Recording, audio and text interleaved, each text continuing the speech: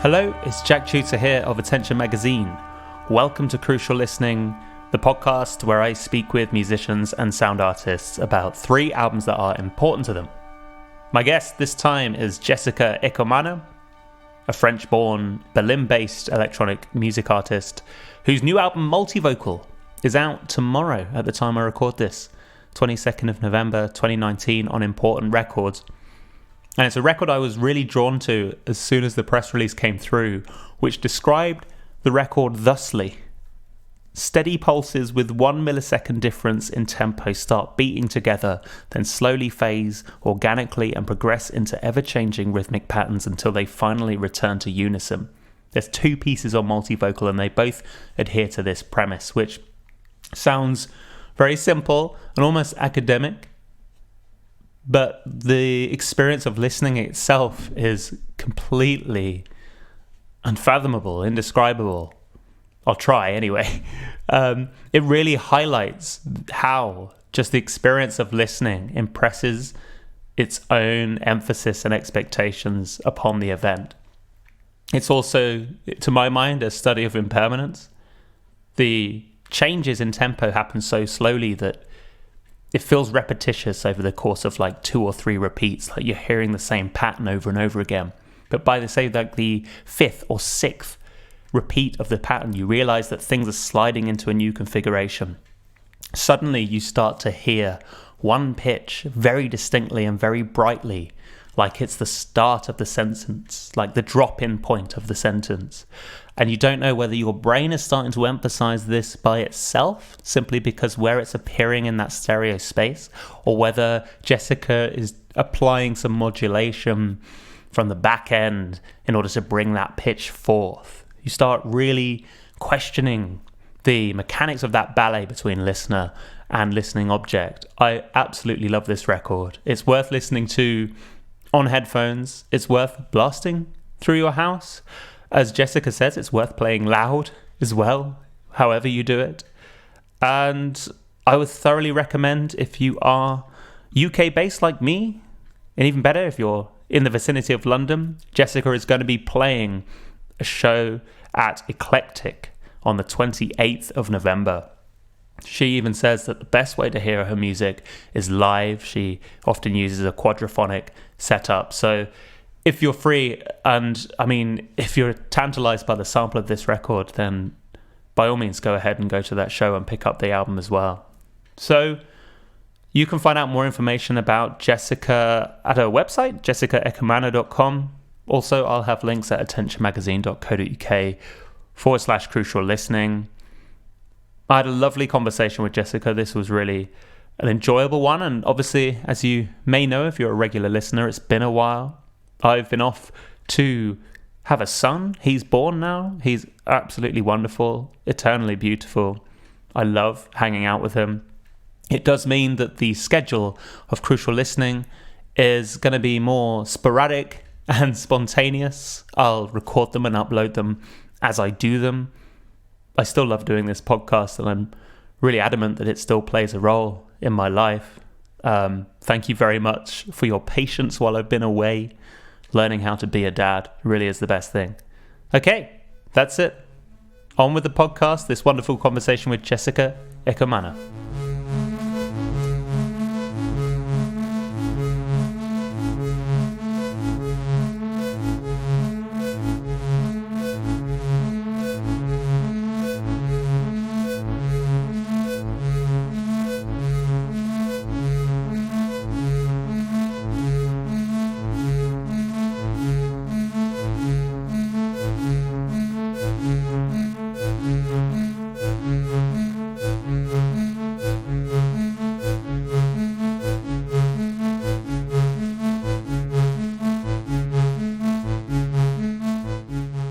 Hello, Jessica. Welcome to Crucial Listening.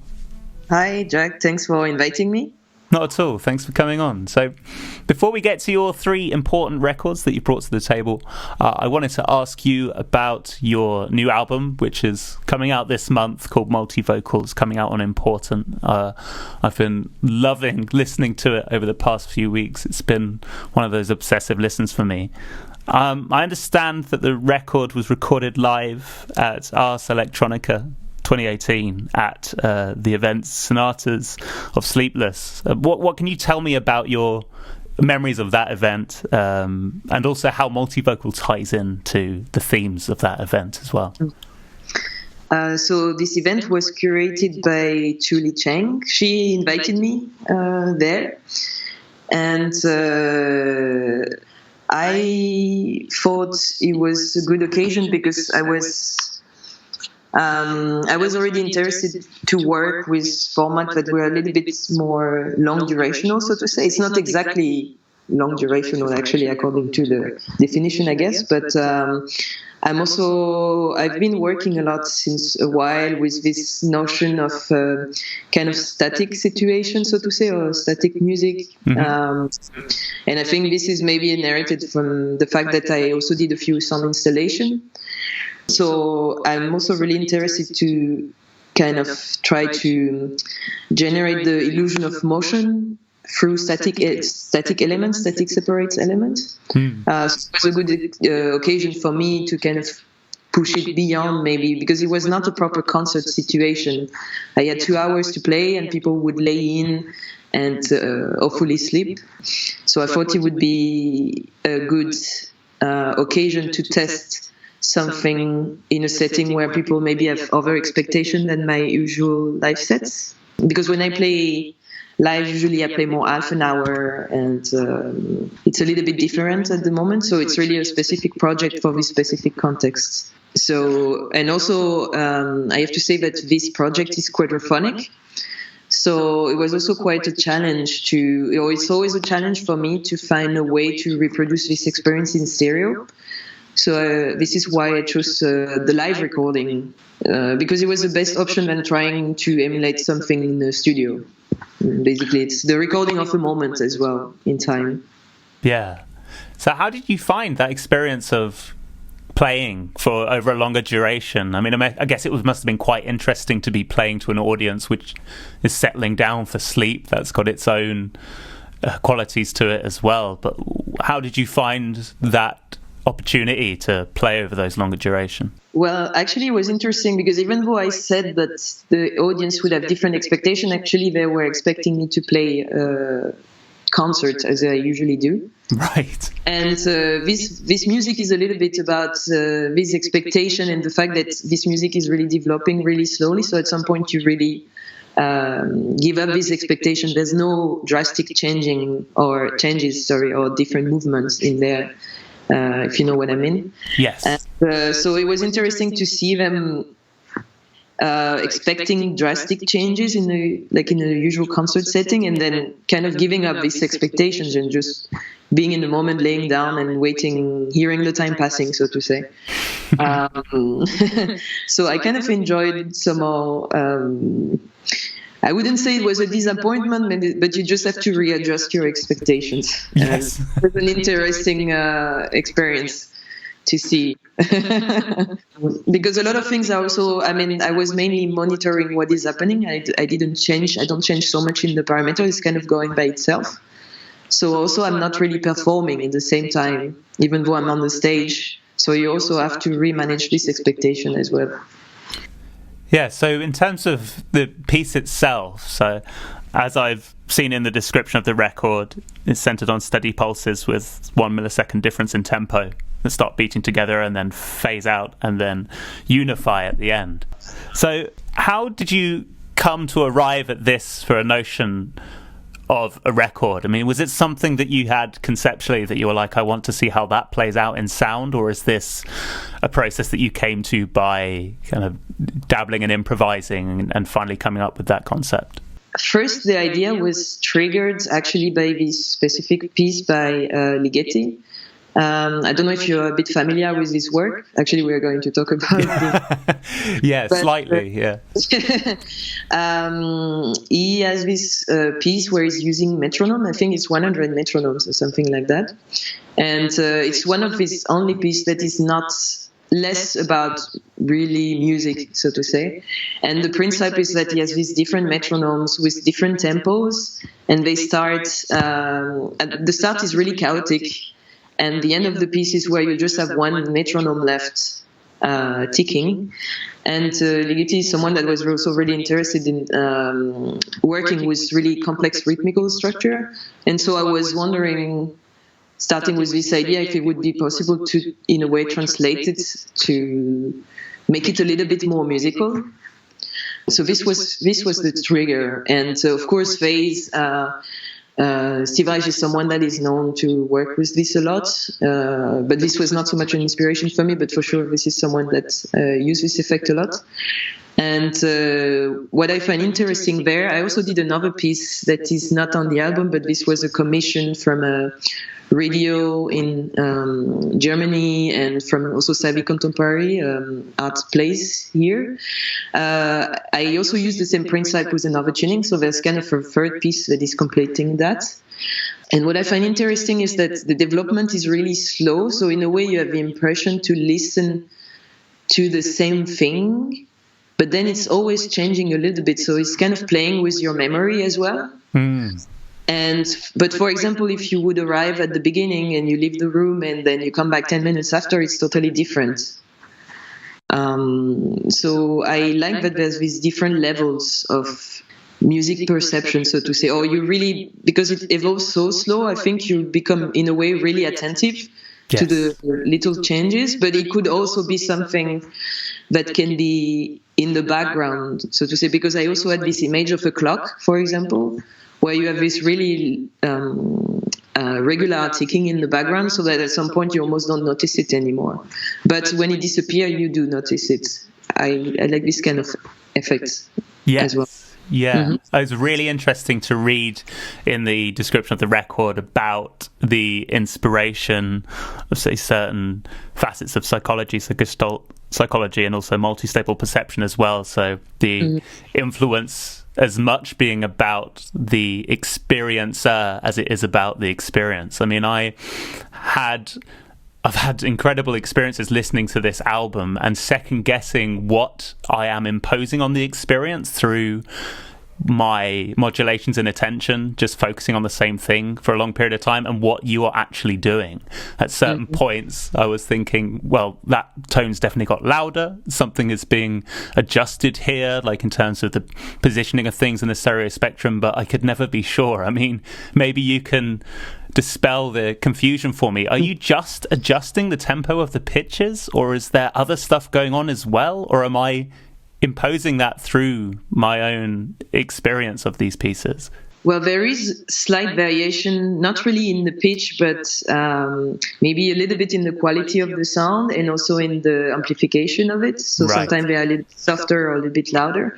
But the main change is, or what was interesting in there, is that you have the same material, you have the same pitches or series of notes, and you have the same rhythm. Yes. But what you hear is the change of relationships between them, which makes you give you the impression that the music is changing, so to say. So it's mainly a change in relationship. And then, yes, you were talking about the text and the influence. So one influence is also this idea of trance that I really like as well, because a lot of the time, to get in this state of trance, if you have music, the music that is used is often really minimalistic as well. You have a lot of repetition, and it has to do a little bit with hypnosis in a way, maybe. No?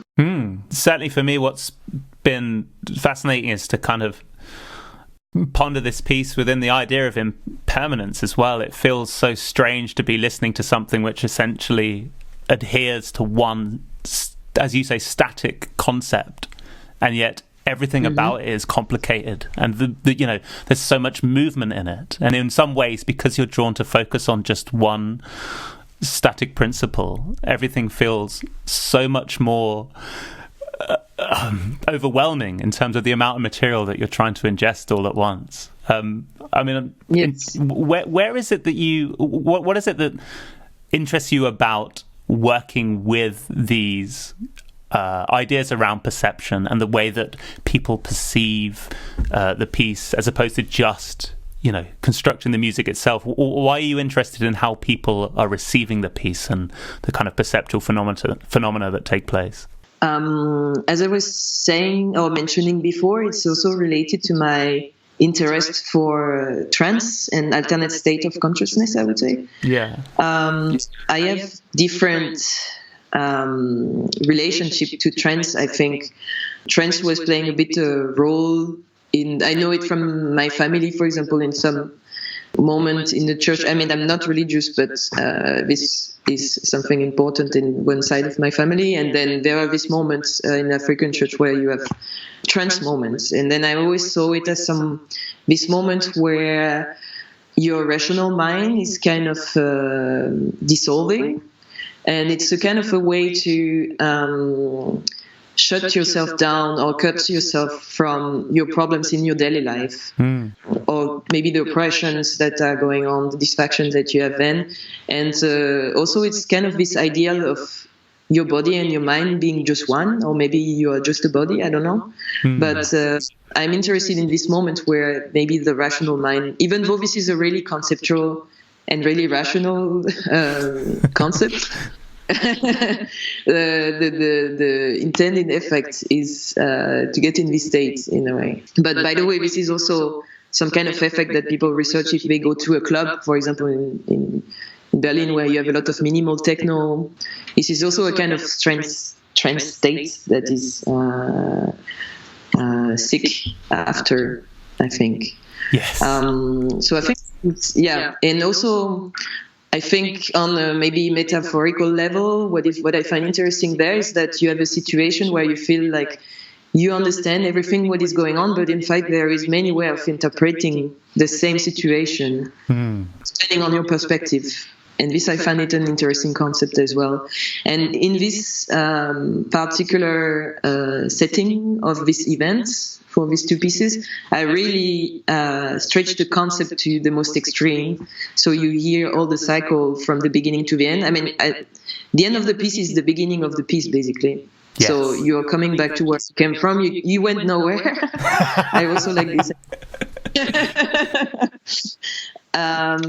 But for example, to give you an idea, if I play a live concert in a more usual setting, then I will use this structure that I built in Maxim SP as a way to generate complex rhythm. So I play it in another way. I would take some of the impulses out, take some in at some moment, so that the music feels a little bit more changing or lively. There is more changes. So you can use this structure I built in different ways. Yeah, that was going to be my other question, actually, which is, do you feel like there's more room for exploration within this general premise that you've looked into on multivocal? Yes, exactly. So, I mean, as I mentioned also before, I did another version that is a little bit faster, and the tuning is also different. And I think the way you perceive what is going on is, because it's also faster, your perception of the piece will be different, I think. And also, so I built this tool that I think I can use live in different way, also to have more changing rhythm, and maybe to generate rhythm that I would not be able to write by myself, you know. Yeah. If you see it in a link with music notation, traditional music notations, etc., I would probably not be able to write those rhythms. Yes. So they are self-generated and changing all the time. So you don't have a permanent 4/4 pulse, for example, or you don't have this kind of fixed tempo. Yeah. Because there are moments actually listening to multivocal where you can almost, that everything aligns in a way where it slips into kind of a conventional rhythm for like a moment. And yes. Then there's I think there's a part of my brain which has been, brought up on pop music, which almost feels like a slight frustration as that rhythm starts to slip away from you again and you're back out into the wilderness. It's quite lovely as well. Exactly. There's nothing you can hold on for too long. Yes. Yeah, absolutely. So, Jessica, let's go on to your important records. So before we actually get to the records themselves, one question I like to ask is how you thought about the term important when you came up with your selection of albums. So was there a particular way in which you interpreted the term important in order to come up with the list of records that you did? Yes, so I chose 3 records that I thought were important to me, let's say in my formative years. I don't know if you say it like this in English. Yes, absolutely. So maybe before my 20s or something like this, records that left a big impression on me musically, and that I think you can maybe still find the influence in what I do today in there in some way, directly or not. Yeah. Okay. Well, great. Well, let's start with whichever record you like, whichever one you want to kick off with. So if you could tell me the name of it and a little bit about why it's important to you as well. Well, we talked a little bit about Ligeti already, so we could start with this one. Perfect. So that's works for piano, is it? Yes. Great. Why is this one important to you, Jessica? So when I was growing up in France, I learned piano for a bit, and I was always getting a little bit frustrated by the repertoire that my teacher would give to me. Or it felt like everybody was mostly wanting to play Mozart, this kind of thing, and I really wanted to play things, or I was interested in people that were experimenting or playing things that would be more contemporary. And one day my teacher proposed me this work from Ligeti, and he brought the CD, and then I listened to it. I went back home and I listened to it, and then I thought, okay, that's it. I'm giving up piano because this person said everything. It really made a big impression on me because of the complexity of the music, especially the first piece. I forgot the name, Disorder or something like this. I forgot the name, but I mean, especially this version by Pierre Laurent Aimard, I think is my favorite version of his pieces as well. And I think what I like in this album as well is that you have one part where you have the whole Musica Ricercata series from him. And what I like in those pieces is that basically Ligeti set himself a concept for each piece, or he has a concept for the whole series of pieces, but also for each piece is always adding one note. And I like this idea of having limitations, setting yourself limitation as a way to trigger your composition or push it forward. Especially the first piece on Musica Ricercata is just one note, I think. No, 2 notes. And the second note is just playing it once at the very end. So, and he made a piece that is really complex already, just working with rhythm and one note, you know? Yeah. So this is really inspiring, I find. And also I think Ligeti as a composer, I like him because he's really a playful person, and actually he has really a sense of humor that you can actually hear in his pieces, I think. And from what I could read from him, or when I saw interview, also I like that he had this approach where he was saying that he doesn't necessarily start with theory, but he dreams his pieces sometime, or he sees them in his head, and he's making a story in his hands. Wow. And then the music theory just come at the end, so to help him formalizing it. And I like this approach also, that is not 100% rational. Yes. Yeah. You said so you were craving something a little less conventional in your piano repertoire, and this came along. Did you like it straight away when you heard it? Yes. You did? Yes, definitely. Also because I think for me this music is a good balance between it's not totally deconstructed, it's not totally atonal, or you still have structure that you know there. So it's kind of making a balance between the traditional music structures you know and something else, or trying to question this structure or pushing them forward. Yeah, it's like that you're still trying to communicate a little bit with the audience and not destroy every structure. Yes. Because at that point it's improvisation, or it nullifies the point in doing anything, I guess, if you're not applying some degree of form to what you're presenting. But I always find it really interesting listening to these pieces, and even during those moments where it's quite chaotic, sometimes my brain will hang on to one quite jaunty and what feels like quite an emotionally led rhythm, or something that has a certain swing to it, even at some points in his repertoire. It's interesting. So when this was presented to you from your piano teacher, did you start learning these pieces as well? I tried playing musica ricercata, but I didn't go to a conservatory or something like this. It was more a small music school in the village. So I was not that serious, and my level is not that high. And I stopped soon after this because, I thought everything has been said, so I need to move on. And also, I have to say, it's not really only this. It's also because in the end, I don't feel like I'm really an interpret. I really wanted to bring I felt this urge to bring my own musical ideas. And I'm not so much into, I really enjoy seeing people that are really virtuosic with their instrument, but I'm not like this. Right. I don't enjoy working toward this as an interpret. So, this is why at some point I just moved on to something else. But, Yeah. Where did it take you then from, if Ligeti showed you that your own journey with the piano was coming to an end, where was your next step?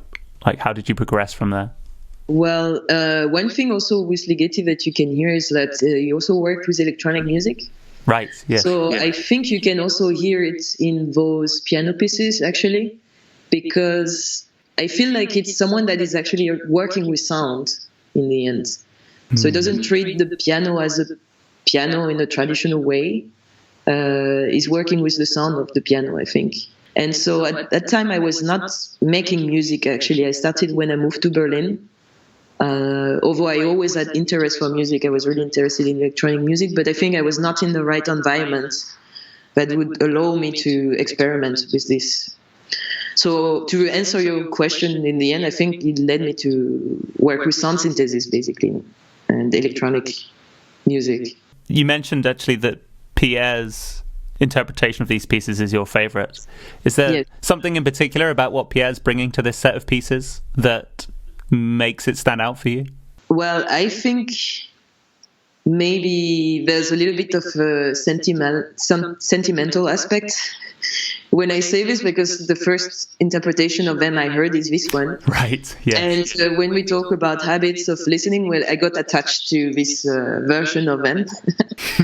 But I think he's also, I'm not 100% sure about this, but I think he might have worked with him in a way, and it feels like it's the interpretation of it that I heard that is the most, the clearest in a way. Right. I did read actually, in fact, it sounds like Ligeti started writing pieces with Pierre's playing style in mind almost, so there was a kind of feedback loop going on, right?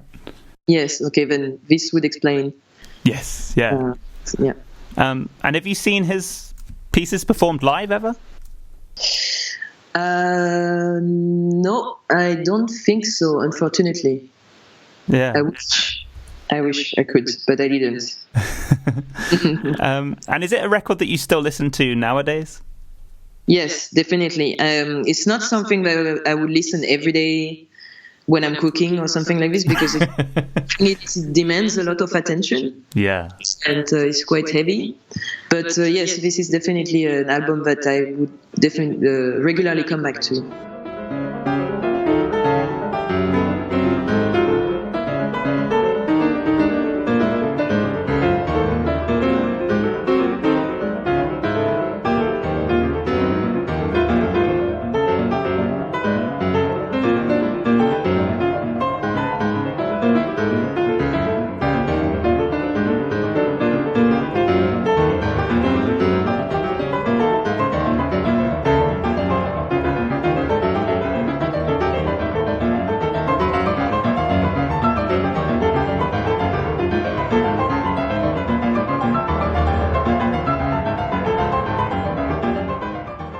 well, let's go on to your second record now, Jessica. If you could give me the name of it as before, and a little bit about why it's important to you as well. Yes.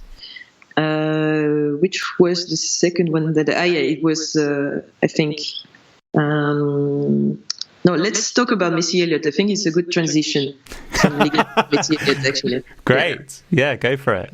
Yeah. So I chose this album because it was also an album that I was listening to a lot when I was at that time.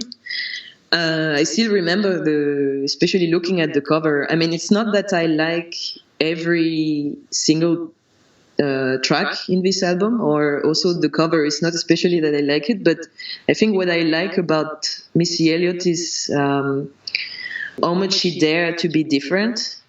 And also because at that time it was really inspiring to see a woman producing her own music.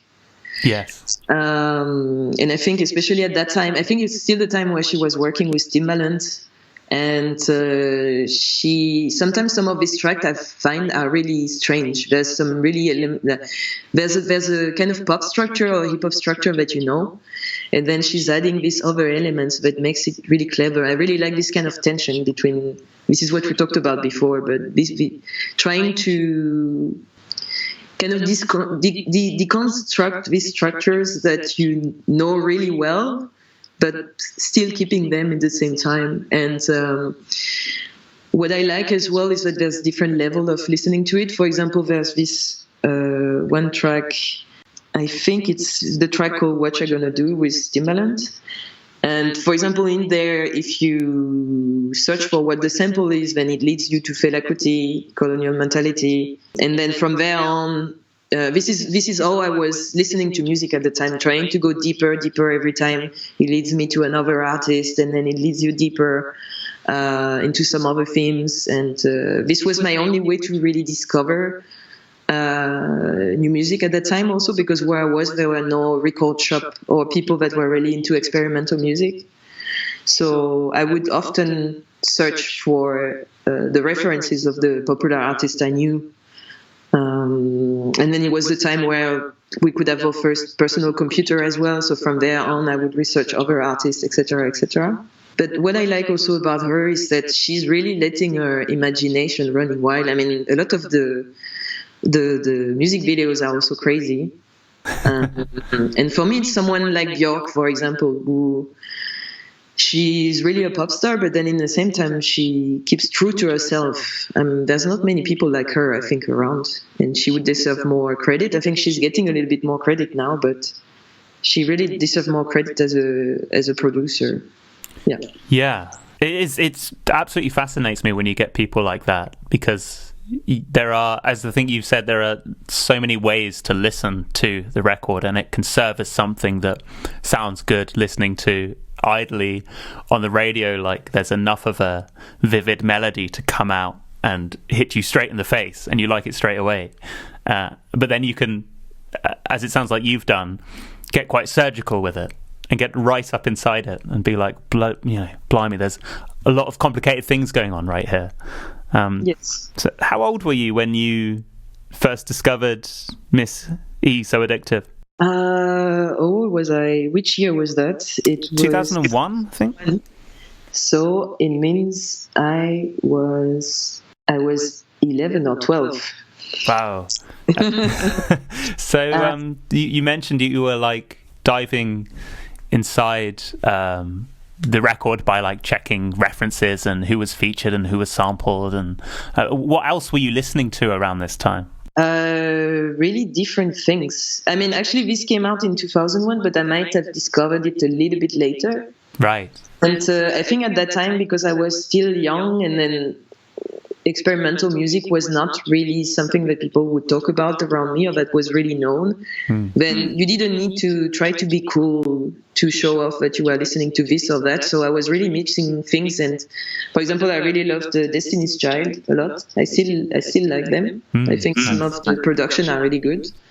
But then in the same time, I would listen to Ligeti, or I would listen to, I don't know, Jimi Hendrix or whatever, every type of music. I think I was at that time where I would really...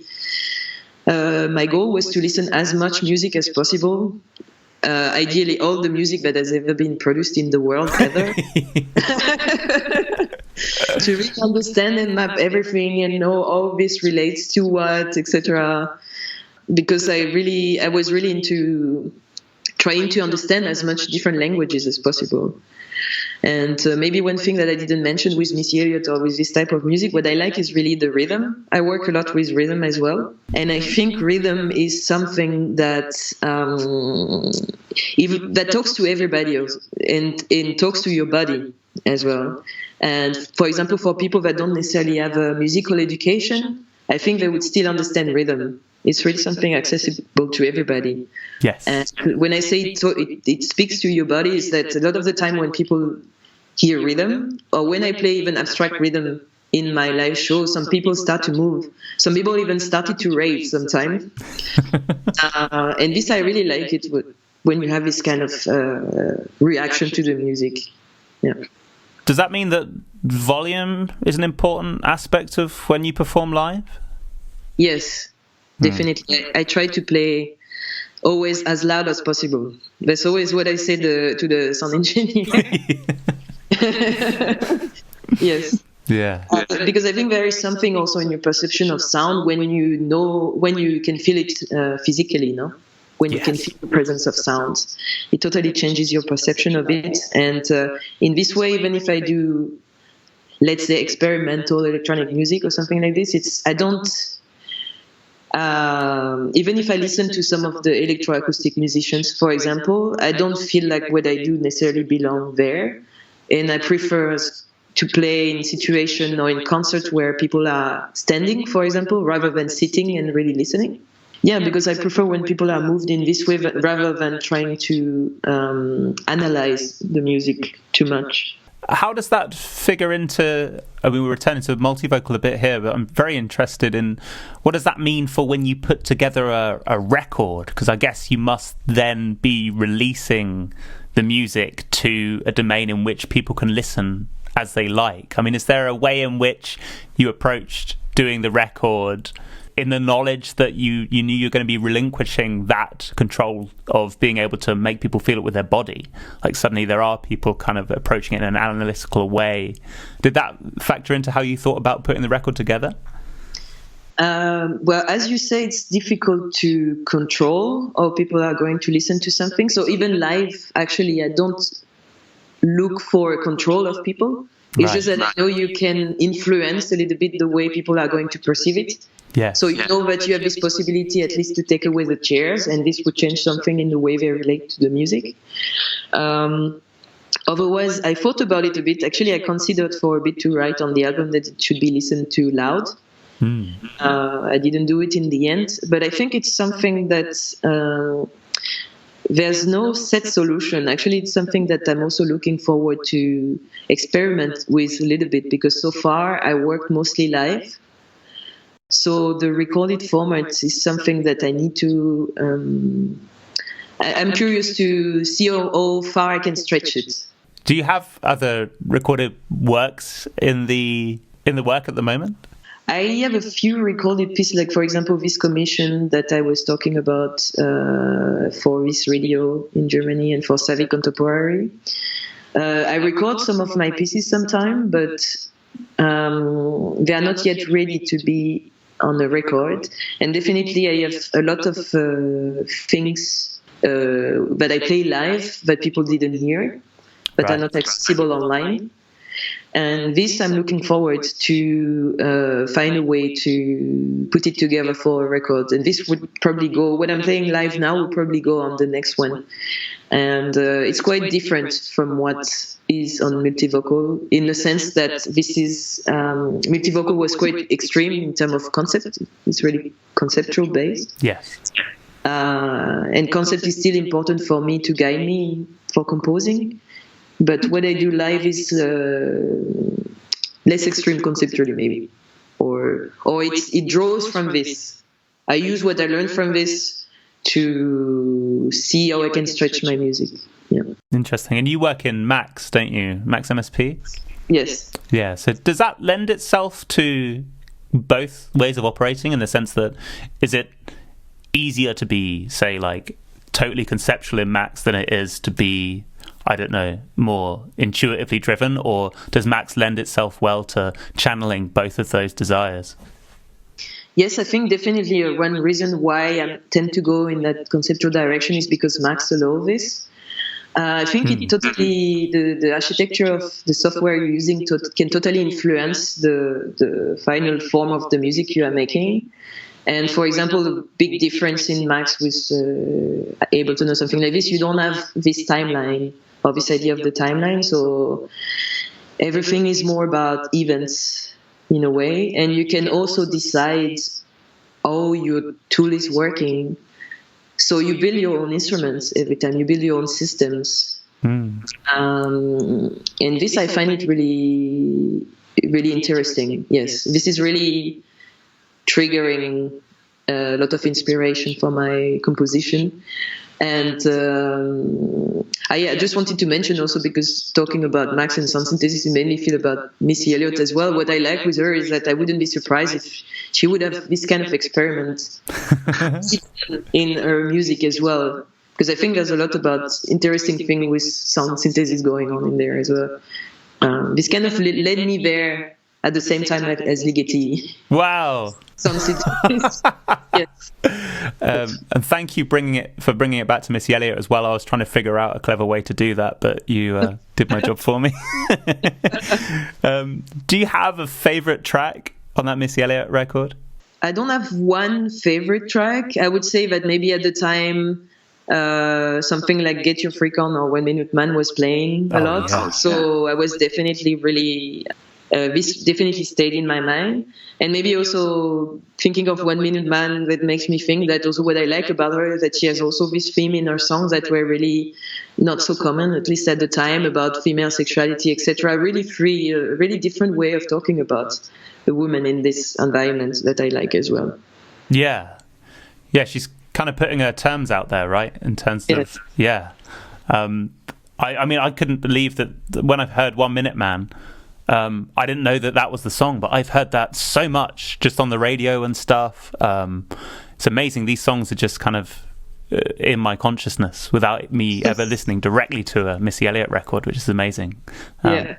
Did you remember how you first discovered it? Was it on the radio, or was it just playing a lot in the ether at that time? Yeah, that must have been on the radio, because the radio and the TV were my main source of... I didn't know exactly where else to find music, because as I was mentioning, there were no record shop where I was, or interesting ones. Yeah. But it was also the time of a personal computer, so then when I figured out how internet works, then I was always on this review website, and it was also the time of email and downloading music, etc. So I took advantage of this. Actually, there were also in the city next to mine, there were a public library with a lot of CDs where I would go, and I would every week. This week I'm going through the jazz section, and then this week I'm going through the metal one. Or this was also another source. Covering music. That sounds like the most exciting time. Yeah, where you're still open. You don't because maybe your taste is not fully formed yet, so you're really open to anything, and any kind of experimentation. Is interesting. Yeah. Yeah. I mean, you talk about this as your formative years. I mean, as you say, you're open to everything. You don't have that framework of experience and preference to sort of fit things into. I mean, do you think that are you still listening to records that you would consider to be formative, in the sense that you're still discovering new music that's forming how you think about music? Yes, definitely. I mean, this maybe happens less often than at the time, of course. Because I think I'm still open, but at this time, at least, you're less judgmental, and you were less likely to say things like, "Oh, I've heard it already," etc. Yeah. But yeah, I mean, for example, if I would cite a record that is more recent that I really liked, it was Multi-Stability from Mark Fell. Yes, it's a wonderful record. Yes, exactly. This was really impactful record.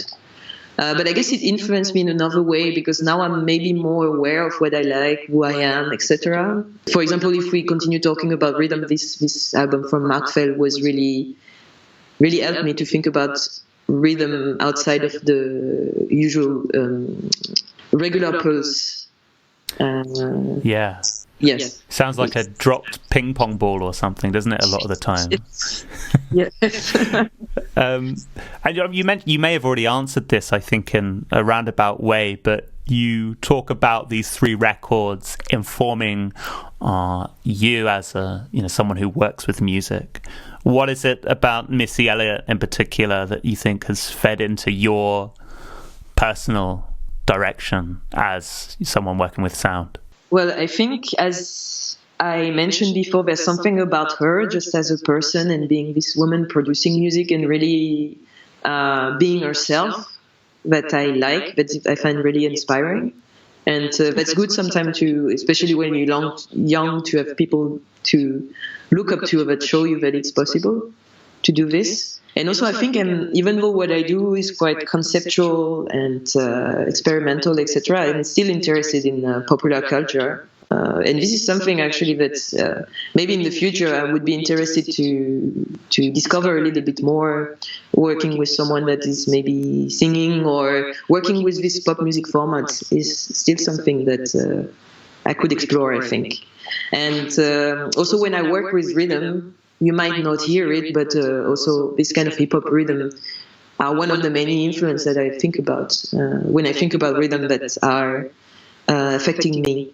I did see an interview you did actually where someone asked who you'd like to collaborate with, and you said Missy Elliott.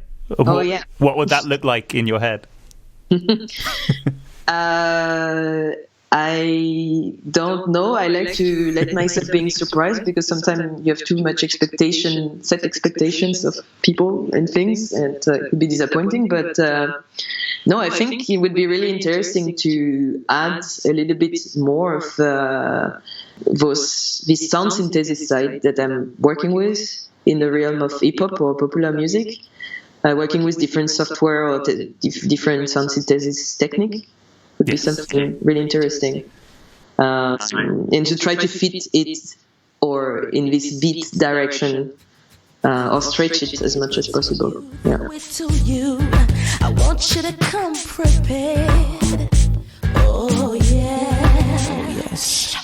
Boy, it's been a long time, a crazy long time, and I don't want no minute man, and that's real. Give it to me some more. Break me off. Show me what you got, 'cause I don't want no 1 minute man. Break me off, show me what you got, 'cause I don't want no 1 minute man.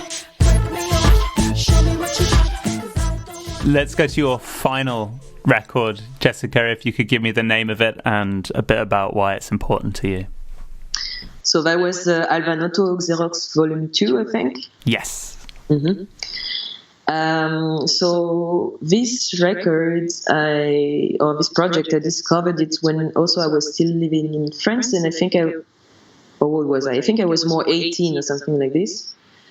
So there's this city next to my village, a city called Tours, where there is one place where maybe once a year you can see one day of more experimental electronic music. And they invited Alvin Lucier, actually, which was something quite something to bring an international artist there. And I remember it was the first time I was seeing this kind of thing in terms of audiovisual experience and in terms of the music that was being played. It was a new approach. So that was a really strong emotional experience. And I think in the way it relates to me today, when I digged a little bit more into this, into Raster Noton and their aesthetic, etc., actually, I think it's one of the most exotic experience I had in a way, because this kind of really strict German engineer type of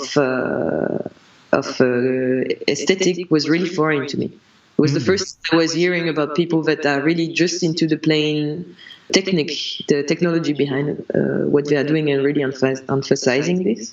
Yes. Because usually, I mean, if you look at, I don't know, in French electroacoustic music or things like this, it's more, there's always a little bit of poetry behind, no? It's always a little about something else. So I was used to this more. And I think, I still don't have this perspective of the engineer. I'm not so much into fetishizing gears, etc. But I think that dichotomy between what I was hearing and the way people were talking about things was interesting, because I realized that I like the product, but this is not my perspective on what is going on. So maybe that helped me discover that I was not this. You know what I mean? Yeah. It is interesting because I think about, and as you say, and I think a lot of people have had this similar experience to you, I certainly did, when you discover the Rastanoton crop of artists, and it's so incredibly vivid and its own thing that it becomes a portal in itself to a way of comprehending sound. And there's certainly a part of me which resonates with that way of perceiving sound, which saw the description of your record and that bit lit up the fact that there's such a precise and completely uncomplicated premise beneath it all. But certainly, as you say, I think the actual listening experience pulls in a lot more different directions. It doesn't feel like it's got right angles in it, like it, the Rastanoton stuff often does. Yes. Like Roger Okada or something like that. Yes, also in the case of this particular project, I chose to describe the concept so exactly because it's really specific. Yes. In a way, and it's not probably the next record I would do would be a lot less conceptual, and then you don't need that text behind. But I thought this could maybe, because you were talking about controlling people before. It's not that I want to control, but it could be nice to give a direction of listening to it. I think, or at least have this possibility. Totally, yeah. With the Alvin Lucier gig that you went to, so what kind of stuff was he playing at that gig? I know he does like a whole host of different stuff. What was his material like? Well, he was playing Xerox Volume 2, actually. Oh, wow. Yeah. Oh, amazing. So, yeah, this is why I chose this album as well, because then I bought it afterward, and yeah. So this was his project. Again, did you like it straight away when you heard it? Yes. Also because it's different if you see it live. I don't know how I would have perceived it if I would have just listened to the album. If I would have had such a strong impression, but seeing it live with this, having this audiovisual experience was definitely helped to convey this strong impression. Yeah, you mentioned actually that you there weren't people talking about experimental music when you were growing up. When you were going to gigs like this, were you going alone, or did you have some other people as well who were intrigued in the same way that you were going with? Or well, I found one friend to bring there, but his friend was not especially, this person was just open, but not especially into experimental music. I was always a little bit the one listening to weird stuff, so that was more of my personal obsession. So I wish I could have shared it more, but then at the same time it was not so much a problem in the end because it was the time of personal computers. So you have forums, you have other type of way of reaching this information. No? Yeah. So that was the story for me, is that at school there was no one, or I felt at least I wasn't running into anyone that I could talk about all the bands that I was coming across and get really excited about them. So I went head first into forums in a big way. That was like a couple of hours a night just chatting to people across the world about all this music that I loved. Did your story look similar, or how deeply did you dive into forums and stuff like that? Well, I was just looking. I never participated in. I think I was too shy, even if this was a virtual platform. So I never chatted with other people. I was just watching the comments. Also because maybe I felt like I don't. I think it's this thing about certain type of culture where you feel like some people feel more, what is the name for this? More in power than others to have opinions, and they feel like they I didn't feel like this culture necessarily belonged to it. And Right. For example, even if I was interested to make actually electronic music, I wasn't sure I would be able to do it in a way, because I felt like you need to, maybe it's another culture and I don't have the right to do that. Right. Yeah. And yeah, maybe another thing also is that even if you could have one person from time to time that you could talk to about certain more obscure thing, I always felt that people were a little bit, dogmatic about things. So for example, even if I'm really into some experimental stuff, I also find that what Missy Elliott does is great, and there's also experimental elements in there. But I would also not only listen to music from Europe or something like this, and it was hard to find people that are open to any type of music, even on the forums. Yes. In fact, the forums can kind of harden the edges a bit sometimes, I found. People can get a little bit spiteful and a little bit, exaggerate their opinions to sort of push back against something that almost reaffirm your identity as an experimental music listener by saying what you don't like, Exactly. Yeah. So with the Alvin Lucier record, do you like any other of his records as well? I presume the rest of the Xerox series as well? This is my favorite one from the Xerox series, but once again, I mean, I can be a really sentimental person that must be also related to this experience. Totally. I also I think this collaboration that he had with the Blixa Bargeld was quite nice. Ah, yes, yeah. Nice. And he also had this collaboration with the French writer that I forgot the name of right now. And James Chaton, is it? Yes, exactly. Yeah. This is really interesting also, especially because the way this person used the French language actually also is quite was unknown to me, because it's also really technical way to use this language, and there's almost no content in what it's saying. It's purely form. There's I don't know so many people that work in that direction, so I like this album as well. Yeah, it's always funny hearing him work with Ant James, because bringing in someone who I guess is effectively a poet feels completely, on paper it seems like to run against the whole Rastanoton thing until you hear what he's doing and just reading out receipts or 3-letter acronyms, and suddenly he feels like he's been co-opted into their sort of very binary way of doing things, Yes, exactly. And there's a certain, I mean, those are just datas, but there's a certain, I mean, maybe because I tend to listen to things in this way, but there's a certain poetry that arises from this data. You can, because it's talking about the life of a person. This is describing your life, all these data that you get, all these numbers. Yes, absolutely. Yeah, which I guess it's interesting to think about, and I was thinking about this recently as to how relevant that can continue to be, because I think I saw him do a poetry reading when he was talking about someone's payment and transaction history, and at that point that's a data representation of a person the best that we can approximate it.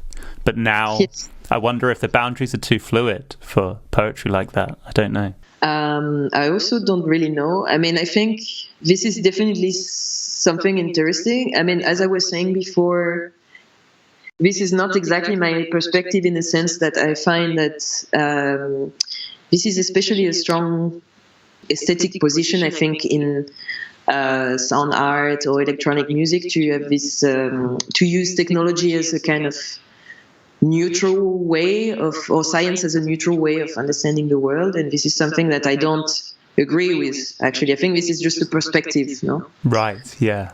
And this can be actually problematic when it's considered as something, as the ultimate and truest way of seeing the world. Yeah, there's something I've thought about quite a lot, actually, because it's you do hear sometimes there are some opinions that are expressed through the backing of science, as if that provides them some kind of objective truth, ignoring the human element that comes in to place emphasis on certain things or certain studies or certain interpretations. Like you, I kind of see there to be a something quite insidious about the expression of opinions in that way. Mm-hmm. Yeah. Especially, I think, if we reframe it in the context of electronic music or music that is where you're using a computer, because I think a lot of interesting things have been done by people that don't understand exactly the tools they are using, actually. You can also... I find it even more interesting, in a way, to go in that direction. To not understand fully the tools that you're dealing with, you mean?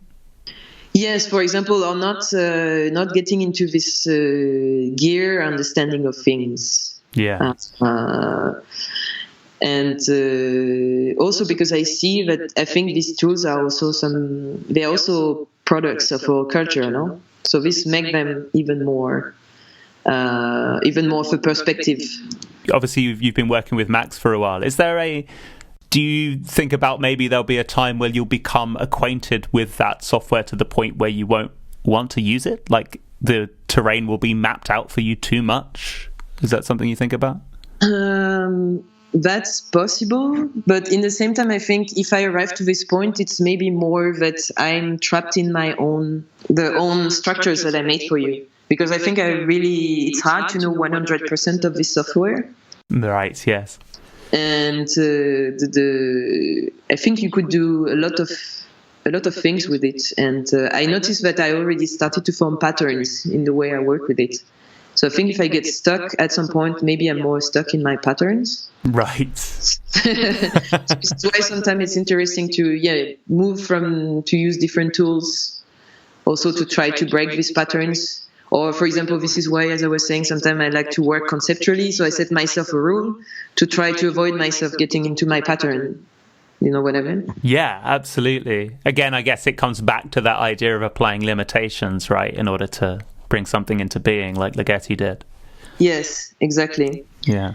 And also, I mean, as I was saying, also the architecture of the software would definitely tend to, even though the music I do, you could do it in a lot of different other software, but the architecture of it influences the fact that this is the solution you came up with, so to say. Yeah. And I mean, let's see. But I'm open to. I'm not a dogmatic person, so, and I think it could be quite dangerous, and it can become a bit boring, even if at some point you get too comfortable in one way of doing things. Yes. It's good to challenge yourself and always learn. Totally, yes. In fact, a question just popped into my head about multivocal and, thinking the means by which you're creating this music. The notes on each of the tracks feel so specific, and you become so acquainted with that particular cluster of notes throughout listening to it. Mm-hmm. And for some reason, to me, it feels like that maybe it would be, and you can tell me whether or not this is correct, but like an important thing to choose the correct arrangement of notes to avoid too much of a explicit melodic programming, to kind of allow it to have the same ambiguity harmonically as it does rhythmically. I mean, how much planning went into, on each of the pieces, what notes, what pitches that you were placing in relation to each other on each of the pieces? For one of them, I used the harmonic series of I think it was 100 hertz or 110. I don't remember exactly, but yes, definitely. I mean, I try to not work with the note of the piano. Right. Yes. Go out of this tuning, but still work with some specific, those kind of specific tuning, because I thought, as I was saying before, I'm interested in this tension between what you know and what you don't know. So this kind of alternate tunings are a little bit, they are less common than the usual one you hear in pop music. So it's a way to, how can I say this, to try to make it a little bit foreign, but still keeping a melodic structure in there. Because I don't really want to go totally atonal or have random notes. Yes. It's nice if you can kind of follow a melody in the same time. Oh, this is important for me, at least. Yeah. Not get totally lost. Yeah. Certainly, it seems to fold quite nicely back into that Alvin Lucier record, because, the whole premise behind those Xerox records is making copies of copies until they get abstracted, and they're completely far from their source, which sounds like on paper a very technical exercise and something that could feel incredibly dry. But also that presence of melody that he brings to that record creates, certainly it's something that feels as much emotionally driven as it is by the technological drive of it, you know what I mean? Exactly. And I don't know the details of how it shows. I think he used a lot of samples for this, maybe, or some of them are samples. Yes, but interesting that once you hear these samples with some kind of strings and a certain type of chord, when it becomes really, it automatically triggers this response in you where it becomes really emotional now. Yes. So I think he's probably also playing a little bit with this, putting it on top of all these other sounds that are a little bit more rough or industrial. Yes. Yes, and one thing that I'm trying to work with now is also just intonation as well, a little bit. I'm interested in this, so I use a bit of that also in there. Nice. Where has the interest in that come from for you? I think it's about, this learning new things and also trying to explore other type of tunings that are less familiar to my ear. Because I think in some tunings of just intonation, sometimes it feels almost dissonant, or it would almost make you uncomfortable, or it's really vibrating. Yes. I'm thinking more about I'm always thinking of myself as a listener, actually, when I compose something and how I felt. So I'm trying to explore those feelings I had when I listened to something. So this is why for just intonation, for example, some people are really mathematical about it, and this is not really my way of doing it. I could not talk about this in this way, the arithmetic behind. I just like the kind of physical sensation it triggers to you once you hit these notes that are resonating with each other or vibrating with each other. Yeah, same here. It's like with the microtonal stuff, just that sensation in your head or in your body of things rubbing against each other. That friction is just so incredibly beautiful. So, final question on this Alvin Lucier record.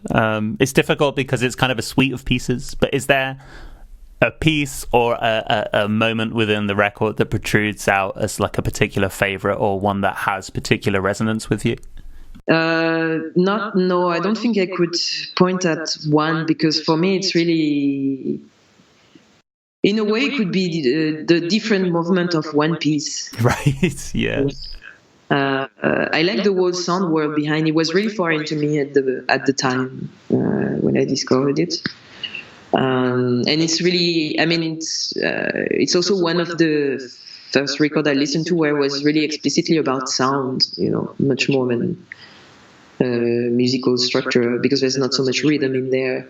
And the melodic elements also are really minimal.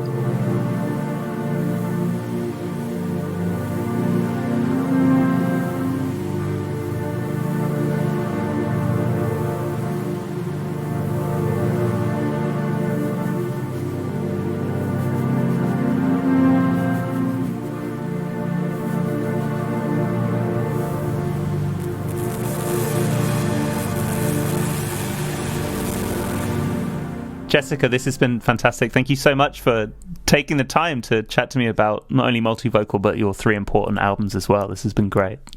Once again, thank you so much for the conversation and the invitation also. Not at all. If people want to check out more of your music online, where's the best place for them to be headed? For now, it's SoundCloud. I have a lot of things there. Hopefully, sometime next year, there will be some more things released in one way or another. But for now, I think it's SoundCloud. And you've got some tour dates as well up on your website as well, right? Yes. Actually, the best way to hear the music is live. So people that are in London, they should come to the Eclectic gig, because there's also this quadraphonic aspect that changes the perception of what's going on. I think it gives another understanding. Fantastic. So that's November the 28th at Eclectic in London. So if anyone's listening, I'll get this up online before that date, so you have some advance warning, but please go and check out Jessica's new record and also her live performances as well. Okay, well, Jessica, thank you once again, and to everyone listening, I'll see you next time. Bye-bye.